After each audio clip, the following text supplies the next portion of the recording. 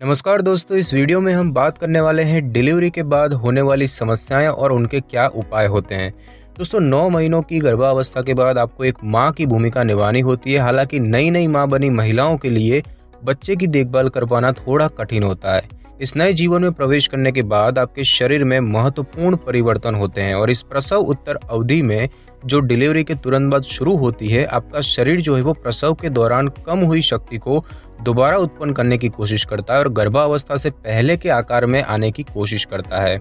तो जितना ज़्यादा आप इन समस्याओं के बारे में जानेंगी, उतने ही बेहतर तरीके से आप शारीरिक और भावनात्मक बदलावों का सामना कर पाएगी जो कि गर्भधारण के बाद महिलाओं में आते हैं। तो सबसे पहले बात करते हैं प्रमुख समस्याओं की। तो महिलाओं को डिलीवरी के बाद अनेकों समस्याओं का सामना करना पड़ता है, जिनमें कुछ अधिक गंभीर भी होती है।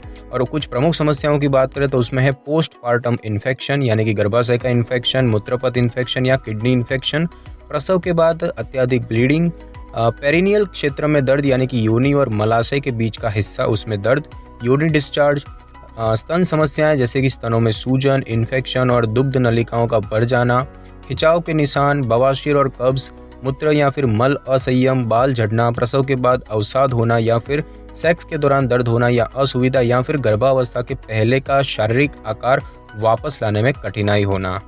दोस्तों, अब बात करते हैं कि ये समस्याएं क्यों होती है और उनका इलाज क्या है। तो सबसे पहले बात करते हैं प्रसव के बाद होने वाले ब्लीडिंग की, जिसे हम कहते हैं पोस्टपार्टम हेमरेज। दोस्तों, प्रसव के तुरंत बाद थोड़ा ब्लीडिंग होना तो सामान्य होता है, लेकिन अत्यधिक ब्लीडिंग केवल 2% डिलीवरी में होता है और यह स्थिति अक्सर लंबी डिलीवरी, कई बच्चों के जन्म के बाद या फिर जब गर्भाशय संक्रमित हो जाता है तब उत्पन्न होती है। डिलीवरी के बाद गर्भाशय का ठीक से संकुचन न हो पाने या फिर गर्भाशय ग्रीवा या योनि में चोट होने के कारण ऐसा होता है। यदि ब्लीडिंग प्रसव के 1 या 2 हफ्ते बाद शुरू होता है तो यह प्लेसेंटा के टुकड़े के गर्भ में रह जाने के कारण हो सकता है और यह ऊतक सर्जरी द्वारा निकाल दिया जाता है। और घर आने के बाद अगर आपको भारी ब्लीडिंग हो तो तुरंत अपने डॉक्टर को इसकी जानकारी दें।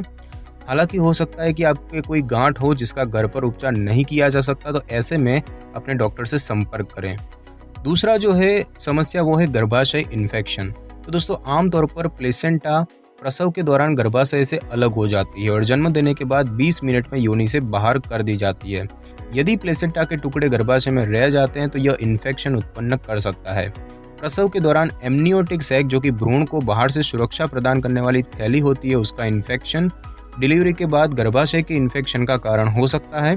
फ्लू होने पर तेज बुखार, तेज धड़कनें, असामान्य सफ़ेद रक्त कोशिकाओं की मात्रा बढ़ना, गर्भाशय में सूजन और असहजता तथा गंध युक्त डिस्चार्ज आमतौर पर गर्भाशय इन्फेक्शन के संकेत होते हैं और गर्भाशय इन्फेक्शन का आमतौर पर एंटीबायोटिक दवाओं के कोर्स के द्वारा इलाज किया जाता है। उसके बाद जो समस्या है वो है किडनी इन्फेक्शन। तो जब मूत्राशय में बैक्टीरिया फैल जाते हैं तब किडनी इन्फेक्शन होता है और जिसमें बार बार पेशाब के लिए जाना, मूत्र त्याग की तीव्र इच्छा, तेज बुखार, आमतौर पर बीमार सा महसूस होना, पीठ के निचले हिस्से या फिर साइड में दर्द होना, कब्ज और पेशाब करते समय दर्द होने जैसे लक्षण महसूस होते हैं और इसके इलाज के लिए डॉक्टर एंटीबायोटिक्स दवाओं का कोर्स करने के लिए कहते हैं। मरीजों को बहुत सारा पानी पीने और किसी भी बैक्टीरिया की स्क्रीनिंग के लिए मूत्र का नमूना देने के लिए कहा जाता है। उसके बाद है पेरिनियल दर्द, यानी कि योनि और मल द्वार के बीच की जगह में दर्द। तो जिन महिलाओं की नॉर्मल डिलीवरी होती है उनमें पेरिनियल दर्द होना काफ़ी आम बात है और इन ऊतकों में डिलीवरी के दौरान खिंचाव या फिर चोट लग सकती है और जिससे कि उनमें सूजन, चोट और दर्द महसूस हो सकता है और ये असुविधाएं एपिसियोटोमी द्वारा बढ़ भी सकती है। एपिसियोटोमी में योनि को ठीक रखने के लिए डिलीवरी के दौरान कभी कभी पेरिनियम में चीरा लगाया जाता है। ओवर द काउंटर दर्द निवारक दवाएं इसमें मदद कर सकती हैं। जब आपको ये दर्द महसूस हो तो कीगल एक्सरसाइज करें, ये आपकी योनि की मांसपेशियों को मजबूत करते हैं और अगर योनि क्षेत्र में अत्यधिक या लगातार दर्द हो रहा है तो व्यायाम करना बंद करें और डॉक्टर से परामर्श करें। उसके बाद दोस्तों जो प्रॉब्लम है वो है योनि डिस्चार्ज, यानी कि वजाइनल डिस्चार्ज। तो प्रसव के बाद शुरुआती कई हफ्तों के लिए रक्त युक्त और अधिक डिस्चार्ज होना सामान्य होता है और इस डिस्चार्ज में रक्त और प्लेसेंटा के अवशेष होते हैं और इसे हम लोकिया कहते हैं। उसके बाद स्तनों में सूजन या अतिरिक्तता। तो कभी कभी शिशु जो है वो माँ के स्तनों से पूरा दूध नहीं पी पाता और उस स्थिति में दूध सूखता नहीं है बल्कि इसकी अधिकता हो जाती है और जिस कारण कई समस्याएं होती हैं। जब दूध आपके स्तनों में आता है प्रसव के 2 से 4 दिन बाद आपके स्तन बहुत बड़े, कठोर और पीड़ादायक हो जाते हैं और इसका इलाज आप सही फिट की ब्रा पहनकर और अपने स्तनों पर बर्फ लगा के कर सकती हैं। उसके बाद बात करें मेस्टाइटिस की, तो मेस्टाइटिस या स्तन इन्फेक्शन होने पर आमतौर पर स्तनों में असहजता और लालिमा का अनुभव होता है। स्तन इन्फेक्शन बैक्टीरिया के कारण भी हो सकता है और इससे संक्रमित होने पर तनाव, थकावट या फिर निपल्स में दरार सी पड़ने लगती है, जिसके परिणाम स्वरूप बुखार, ठंड लगना, थकान, सिरदर्द या मतली और उल्टी जैसी समस्याएं हो सकती है।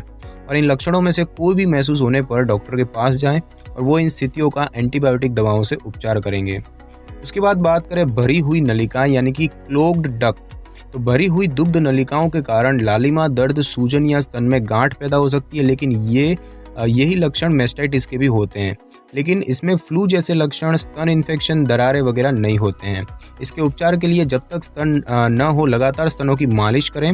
गर्म और नम पैक दर्द वाले स्थान पर कई बार लगाने से इस समस्या का समाधान हो सकता है। हालांकि यदि आपके गांठ है तो जल्द से जल्द डॉक्टर से संपर्क करें। दोस्तों बात करें स्ट्रेच मार्क्स की, तो स्ट्रेच मार्क्स गर्भावस्था के दौरान कई महिलाओं के स्तनों, जांघों, कूल्हों और पेट पर दिखाई देते हैं। ये लाल निशान हार्मोनल परिवर्तन और त्वचा में खिंचाव के कारण होते हैं, जो कि प्रसव के बाद तक रहते हैं। हालांकि ये कभी भी पूरी तरह से गायब नहीं होते, समय के साथ फीके जरूर पड़ जाते हैं, जबकि कई महिलाएं इन्हें हटाने के लिए विशेष प्रकार की क्रीम, लोशन और तेलों का उपयोग करती है।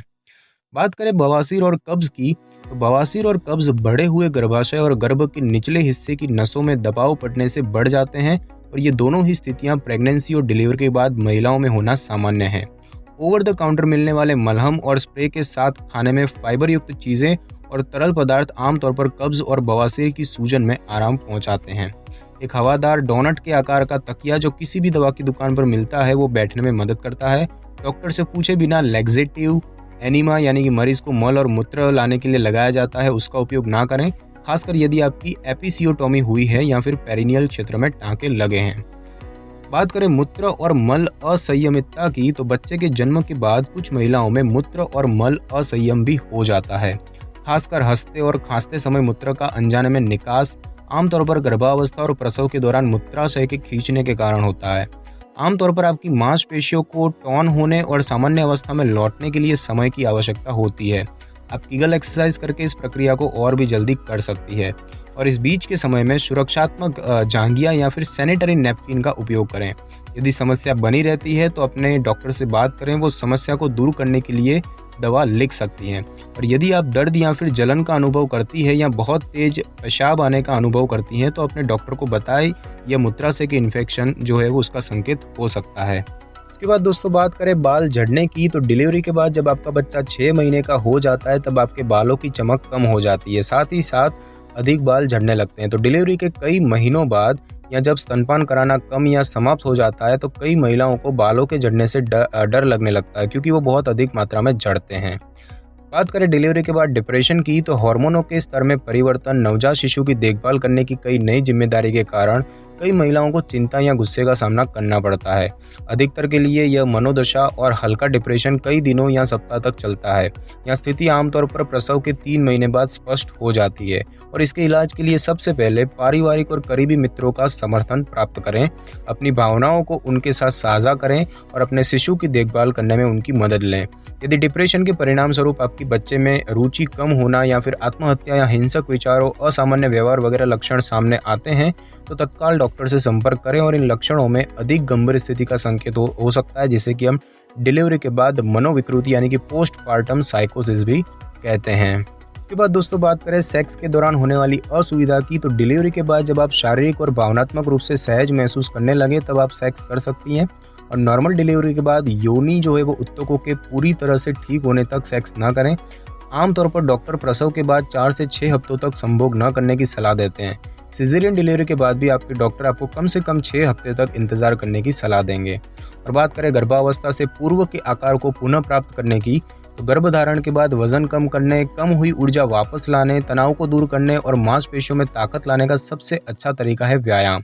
जब तक आपकी सिजेरियन डिलीवरी गर्भावस्था में जटिलताओं वगैरह की संभावना न हो तब तक आप व्यायाम कर सकती हैं। यदि आप गर्भावस्था के दौरान और पहले व्यायाम करती हैं तो आपको प्रसव के बाद फिटनेस का भी जरूर ध्यान होगा और आप व्यायाम जरूर करेंगी, लेकिन तुरंत तेज एक्सरसाइज जैसे कि कूदने वगैरह की कोशिश ना करें। प्रसव के बाद शरीर में किसी भी असामान्य परिवर्तन से अवगत रहें। अगर आपको कुछ लक्षण में से कोई अनुभव होता है तो तुरंत अपने डॉक्टर से संपर्क करें।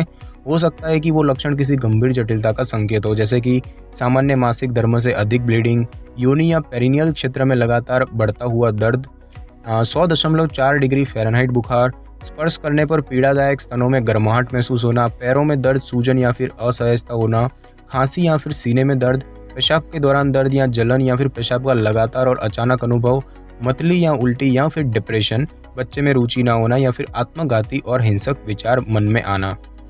तो दोस्तों इस वीडियो में बस इतना ही। अगर आपको मेरी ये वीडियो अच्छी लगी हो तो वीडियो को लाइक और शेयर करें और कमेंट करना बिल्कुल भी ना भूलें। और अगर आप हमारे चैनल पर नए हैं तो चैनल को कर ले सब्सक्राइब और बेल आइकन के बटन को कर ले क्लिक, ताकि मेरी नई वीडियो की नोटिफिकेशन सबसे पहले आपको मिल सके। Thanks for your time.